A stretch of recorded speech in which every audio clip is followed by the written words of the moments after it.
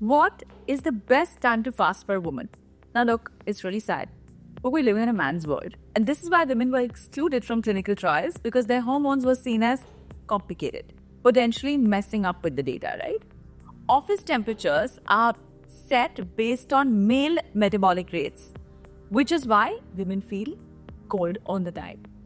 Tools and safety gear are sized for men, leaving women feeling uncomfortable and even at risk of injury.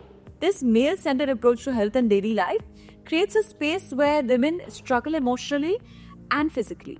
And we still wonder why 85% of autoimmune cases affect women. Take this as an example. Something as intermittent fasting, right? This as well is very male-centric. In my clinical practice, I've seen women, I don't know why this trend started, but it's terrible. Women doing prolonged fasting for more than 3 months, and even worse, doing it along with keto. This is ridiculous. I mean, you have to really hate yourself a lot to put yourself through this, right? These are the women who eventually would come to us because they would face stuff like mid-cycle spotting, stubborn weight issues, hair fall, anxiety, and even mood disorders.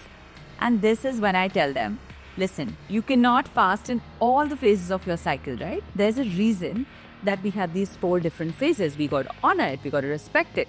Fasting can act as a stress on your body when you do it at the wrong time. There are certain phases in our cycle though where I would encourage you to fast. Now, which is that phase? Of course, it's the follicular phase. This is when your estrogen is at its peak. That's your green light to fasting. When you think of estrogen, think of, power, resilience, because she's like the queen bee of all the hormones. She will always have serotonin, dopamine, and all these oxytocin, all of these great hormones backing her.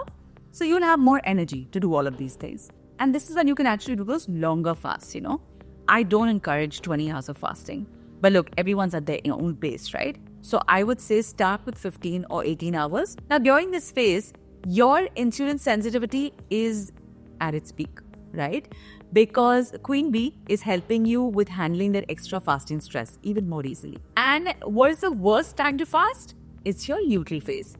Progesterone balances estrogen out. She's like the mother hormone, right? She's quiet, she's nurturing, she's calm, she wants you to be relaxed, and stress is her biggest enemy because it kind of brings her down. Fasting and food deprivation during this time is going to cause a spike in your cortisol production, and this stress hormone is going to further tank your progesterone levels. Anyways, above 35, most Indian women struggle with a progesterone deficiency.